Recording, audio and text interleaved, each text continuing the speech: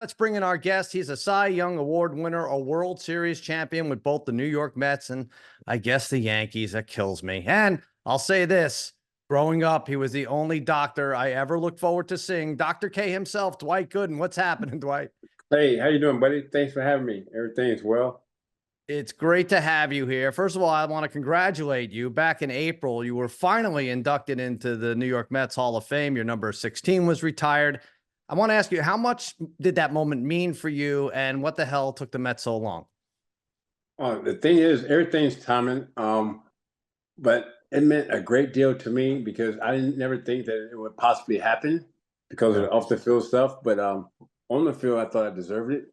And I can't thank Steve and Alex Cohen enough. Every time I see him, I thank them for that. And when I got the call, the first call I wanted to make was to my father, but he's no longer here.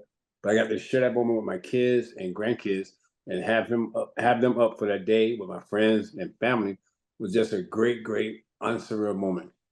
That's terrific. I'm glad they did that for you finally. And you got to throw out the first pitch that day. Did you want to try to put a little extra mustard on it that day, or you were just Mhm. like, I got to get it over the plate? That was all I had. The older you get, the further the mound gets. But it What was what do fun. you how fast do you think you're throwing now? Like if you really had to rear back and go. Well, I'll tell you this. About 4 years ago, I was at Mets fantasy camp, and I was Hmm. pitching like the last day of the camp. The former players playing against the campers, so I was pitching. Hmm. I'm feeling pretty good about myself. So I asked the scorekeeper, I said, put the velocity on the scoreboard. And it was 65. I said, either turn it up or take it off. You got speed limit. All right. That's good Oh, enough. yeah. And then last week before game 3 of the NLCS, Darryl Strawberry threw out the first pitch to you. You're doing a lot of pitching and catching lately. You know, I had the privilege to throw out the first pitch about a half a dozen years ago. It was part of the Mets Make-A-Wish program. But we have footage for you. I'd love for you to critique me, unless it's going to be negative, in which case I'd like you to keep your thoughts to yourself. But all right, here we go. All right, I'm wearing the Jesse Orosco. I'm left-handed. Got the Yes. glove. So far, so good. Yep. Huh. And then the celebration. Yeah. Does that celebration remind you of anything? Oh, Then jumping definitely. I into think you did a Red. great job. I Yeah. mean, Good. I love it. Good. And like Thank you had you. a All good right. time as well. It was a terrific time. I can't believe I just stopped jumping, actually. You know, we see Huh. athletes and celebrities, you know, from other sports and whatever, throw out opening pitches, and they're so terrible. Why is Hmm. this? Why are they so they can't hit the plate? I can never understand that because you would think somewhere along the line, whether it was little league or high school or whatever, they'd have had a chance to play baseball and at least play catch because that's all it is Yeah. for the mound. You can throw in front of the mound to the plate, but it's really embarrassing, especially with the rappers. I mean, I don't understand it because most of them they pretend they're athletes, but when they get on the mound, I don't know if they get nervous or what happens, but it's been terrible so far. Did you used to talk to? I mean, I feel like it's more prominent since you retired. But would you laugh with the other players? Like, watch this. This is going to go 40 feet to the left or something. Like, I know you were already retired by 50 Cent. I assume that's who you're referring to with the rappers. What Well, were you rooting against a lot of these people sometimes? no, no, I'm fans of most of them, and then I know Yeah. when they're out there, it's a lot of pressure because they're out of their, comfort zone. But Right. 50 Cent was horrible. I wish I could have worked with him. Stephen A. I love Stephen A. and he bounced Oh, it. So but a lot of those guys, like I tell you what, I played with Nelly in a softball game in Minnesota at the All-Star game, and that guy is a real good athlete. yeah. I never seen him throw the first pitch, but he can feel. And I heard he had a trial with the Cardinals, but he had a couple home runs. He's a true athlete. Some of the rappers are good athletes, but most of them, I don't know. So yeah, they should stay in the studio. A lot of them. All right. You know, we lost Fernando Valenzuela the other day, legendary Dodgers pitcher, and I was thinking about it. He was the baseball phenomenon, at least the pitching phenomenon, right before you. I think it was him, and then he was 81. You came up in 84. Do you remember back then drawing off of his success? Was there anything you took from his early dominance?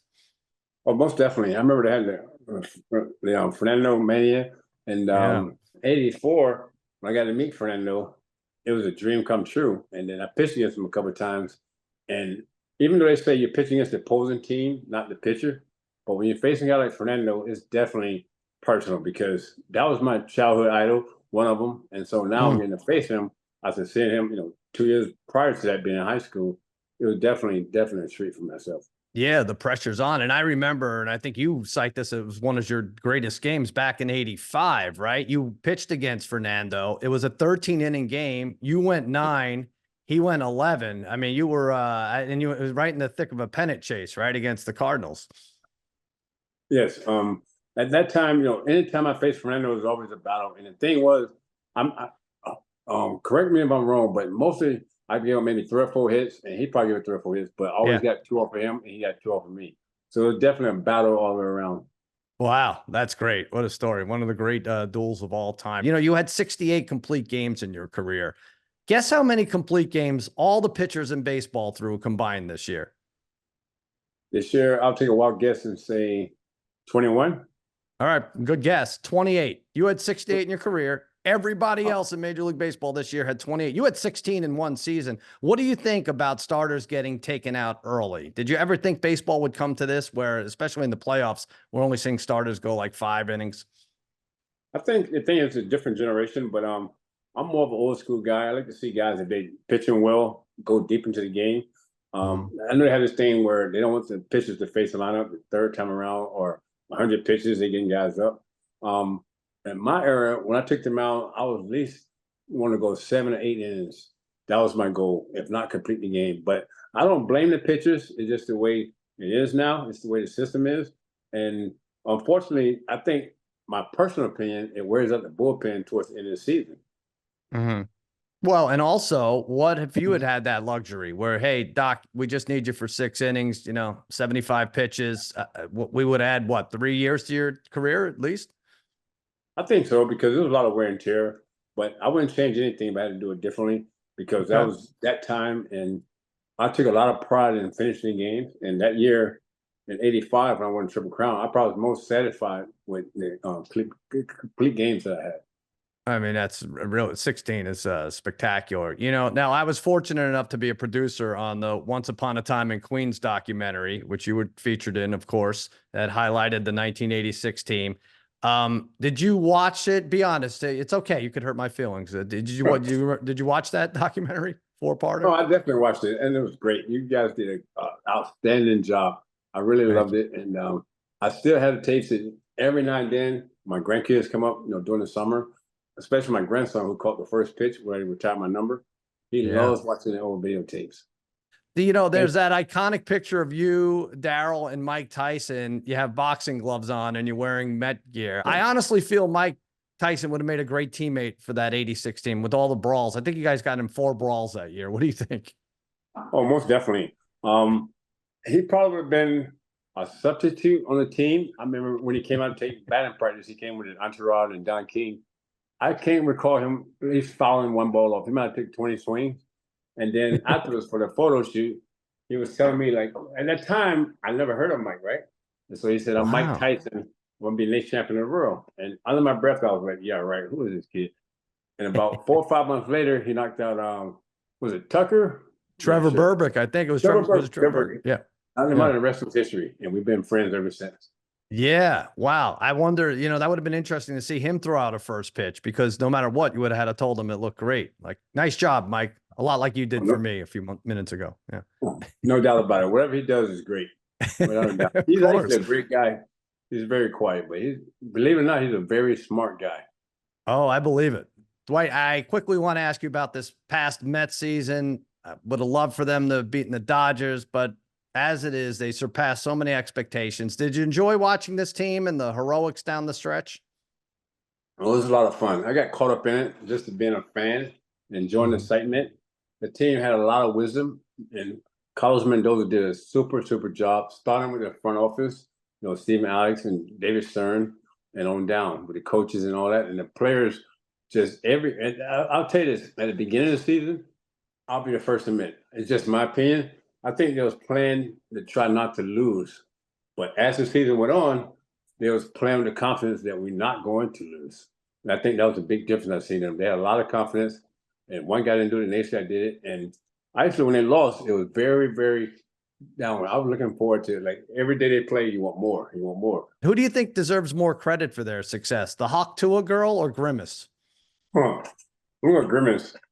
Okay. And the thing was, the first day he was at the ballpark, I forget the guy name that was bringing him out, and I was with Matt Blitz, a good friend of mine. I don't know if you know Matt or not. We was coming out. Uh-huh. He said, "Doc, you want to get a picture with Simmons?" And at the time, I was like, "Who the hell is that?" You know. But as it went on, he was a good piece. So I'm gonna give him the credit. Do you think the Mets should bring back Pete Alonso, or is there another free agent you think they should go after? I mean, Juan Soto, it's reported that he's going to earn more than Ohtani, all said and done. He might. I mean, he's a young guy, very consistent. I would not be surprised if some team handed him whatever he wants. I would like to see Pete finish his career with the Mets. But my honest opinion, like with Scott Boras, I love Scott Boras. I know him personally. Normally, his clients go for the highest bidder, and unfortunately, it's like waiting to see. But I would be heartbroken if Pete went somewhere else. It'd be kind of like when Darryl had left to go to the Dodgers. I cried for like 4 or 5 hours. I just couldn't believe it. I was in denial. But Pete, I love Pete. He's a Tampa guy. I got to know when he first came up. Just a super, super nice guy. So hopefully they can work something out and keep Pete in uniform.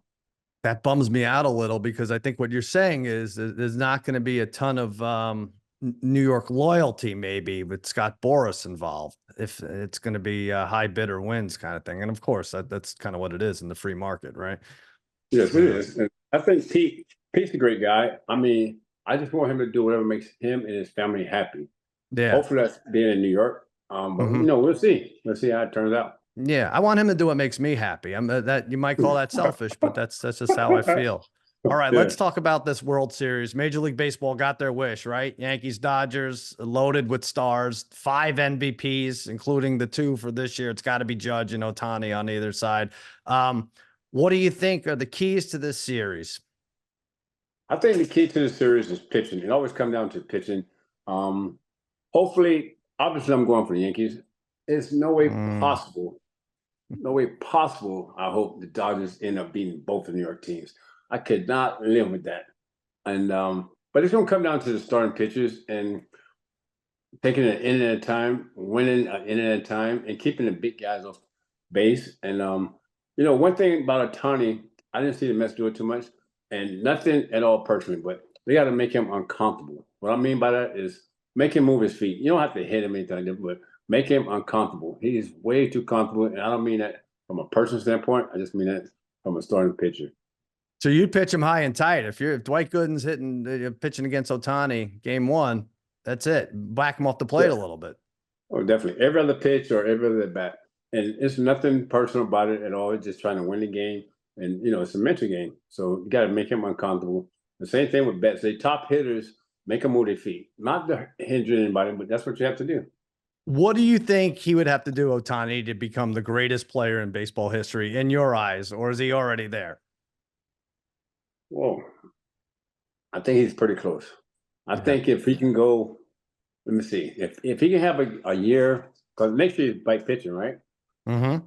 Okay, just say it don't have to be next year, but if he have a year where he wins 18 to 20 games, because it's hard to win 20 now because guys only going 5 innings, and maybe hit 30 home runs the same year. Oh yeah. I think maybe even less than that. I think if he hit like 15 wins and 35 or 40 home runs for the next 5 years or so, then you're really adding up these numbers. You had 8 career home runs. Maybe you just needed to focus more on hitting, right? Well, high school, I hit 15 home runs and I had 17 wins. Wow. Yeah. I could see why they drafted you. Now I finally see it. All right, listen, Dwight, I'm going to put you on the spot. 7-game series, 86 Mets or the 96 Yankees? 86 Mets. Okay, good. Okay. I was so worried. I was going to take that wall and throw it into the street if you didn't answer correctly. All right. But the thing is, I would say the Yankees probably had more talent, but we had heart. We had a heart, and we refused to lose, and we believed in each other. I like that. That's no disrespect to the Yankees. No, you could disrespect them if you want. It's fine. It's fine here. All right, Doc, before you go, I've got one last question for you. We call this Cousins Conundrum. Cousins Conundrum. Here we go. You're affectionately known for the last 40 or plus years as Dr. K, and here's the conundrum. Let's say you go on and become an actual doctor, and you develop the cure for baldness, and you make millions and millions. You're rich beyond your wildest imagination. But for the rest of your life, anyone who comes in contact with you hands you a carrot and says, "What's up, Doc?" And you have to take a bite of that carrot. Are you taking that deal? Pure baldness? Yes, sir. Multi-millionaire? Yeah, I'll take it. You're taking it. Really? Yeah, I love carrots anyway. You better. Everybody you meet, you're gonna have to. Maybe if you hide in that great room, you wouldn't have to worry so much about it. But okay, If you're ever in Long Island, feel free to come by. I would love to come by, and you know what? I'll bring you endless carrots, and we'll discuss this cure to baldness. I love the answer, Doc. You have a movie coming out. I assume you're a Marvel superhero or something. Tell us about this. I don't know. It's about my life story. You know, in '97 after the no-hitter, I met with Warner Brothers, me and Randy Grown, and they bought the rights at the time, and we talked with Denzel, who was going to play it. But about 6 months later, it just kind of went away, and I never heard from him. And then this came about again 2 years ago, just talking about him, and it's just something that I always wanted to put out there. It's a good group of guys, and just to tell my life story, the good, the bad, the in between, and how things, justified and went on. I think it'd be a great, great movie and a lesson to be learned for the young generation. I love it. And do you know who's playing you? Is it like a Tom Hanks type? Not yet. We're talking to a couple of guys, but we'll see. I think Denzel might be a little too older right now. Oh, okay. All right. Yeah, you need a Michael B. Jordan or something, like a younger version of Denzel. We talked to him. That was awesome. Thank you so much for being here. I appreciate it. Oh, my pleasure. Thanks for having me, buddy. I appreciate you.